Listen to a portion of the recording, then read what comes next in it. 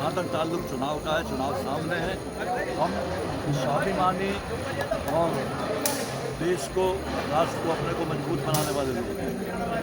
और जब भी जनता को हमारी जरूरत पड़ेगी, पड़ती है, हम हमेशा उनके दर्द में, गरीबों को आगे बढ़ाने में, किसानों की आवाज़ सुनने में हम हमेशा आगे आगे रहते हैं। आज भी मैं समझता हूँ कि नौजवान ताकत जो एक ऊर्जावान शक्ति के रूप में देश में उभरी है, आज हिंदुस्तान जवान है और उस जवान के ऊर्जा को लेकर के, उस ताकत को लेकर यहाँ देश में अच्छे प्रयोग होने चाहिए समाज के लिए, गरीब किसानों मजदूरों के लिए।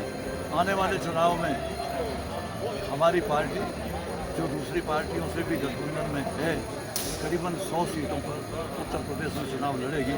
विशेषकर जहां गरीबों का इलाका जाता है, जहां किसान मजदूर जाता है, और विशेषकर हम नौजवानों को अपना उम्मीदवार बनाने का काम करेंगे।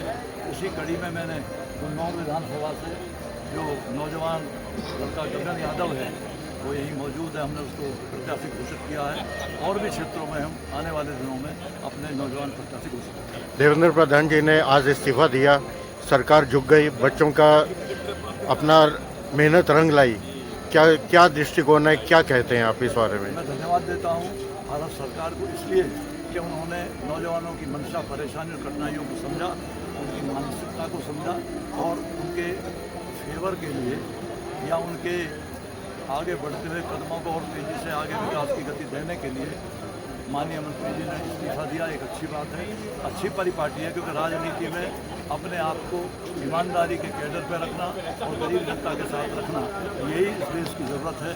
और इस देश की उस ज़रूरत को राजनीतिक पार्टी कोई भी आए, आखिर नौजवान अपने जो उसकी स्वाभाविक प्रक्रिया है और अपने स्वाभिमान का हिसाब है, आइंदा भी ऐसे आंदोलन होते रहेंगे और लोग आगे बढ़ने के लिए अपने अधिकारों का प्रयोग करते रहेंगे।